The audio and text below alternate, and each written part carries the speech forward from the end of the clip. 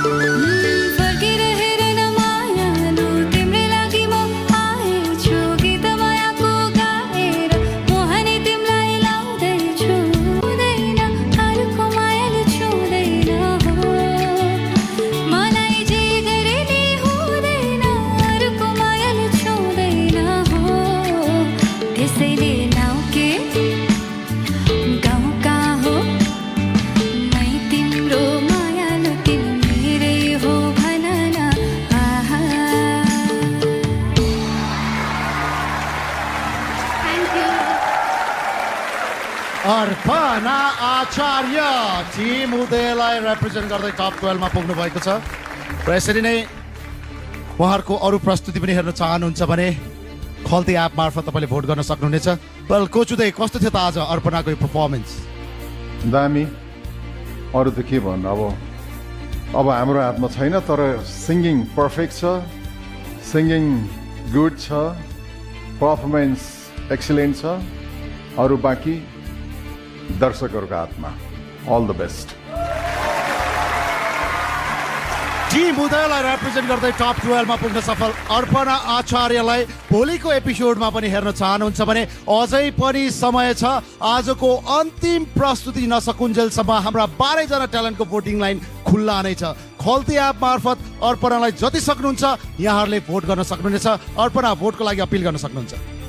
नमस्कार सबैजनालाई, म अर्पणा आचार्य र अहिलेसम्म हजुरहरूको धेरै माया र सपोर्ट पाइरहेको छु र अघि पनि म पाउनेछु भन्ने धेरै आशा गर्दछु र हजुरहरूले मलाई अघि एपिसोडमा देख्न चाहनुहुन्छ भने मलाई धेरै धेरै माया सपोर्ट र भोट गरिदिनु भन्ने आग्रह गर्दछु। Thank you.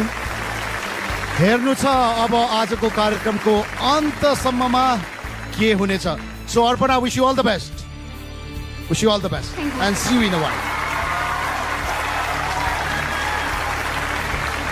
Blind battle knockout गर्दै हामी लाइभ सोमा प्रवेश गरिसकेका छौँ र अब कोचहरूको अधिकार यहाँहरू अर्थात् दर्शकको हातमा गइसकेको छ। यी 12 मध्ये कसलाई अगाडि लैजाने